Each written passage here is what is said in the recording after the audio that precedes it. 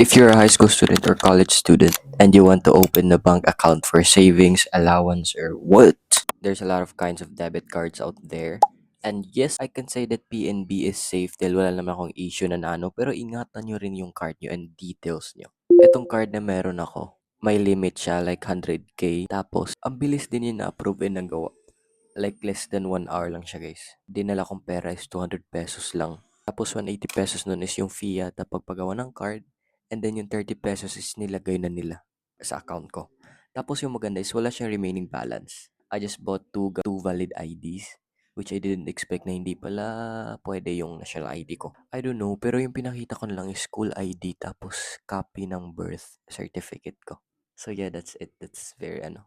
But if you want your money to grow, I recommend putting your savings in high yield savings account like the Maribank, Maya, or anywhere in GSave sa GCash. Before you sign up for Maribank, make sure to use my code para makatanggap ka ng 150 pesos. Yes. Here's my Maribank.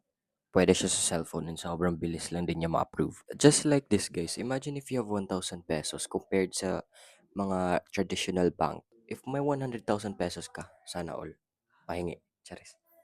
Eto, if may 100,000 pesos ka, in one day magtutubo yan ng 7 pesos. In 30 days, magiging 213 pesos. In one year, your money will grow to 2,600. O, diba? Compared sa traditional banks, hindi sila nagbibigay na ganun kataas na 3.75 per annum. If may 1,000 pesos ka naman, yung pera mo, tutubo siya ng 2 pesos 30 days. Tapos in 1 year, tutubo siya ng 26 pesos. Pero syempre, if may 5,000 pesos ka, mas malaki. Ayan, di ba? 130 pesos in 1 year compared sa bank account ng mga ano lang, mga traditional bank account na hindi tutubo, di ba? Kesa naman hindi tutubo, dito nyo na siya ilagay sa Maribank.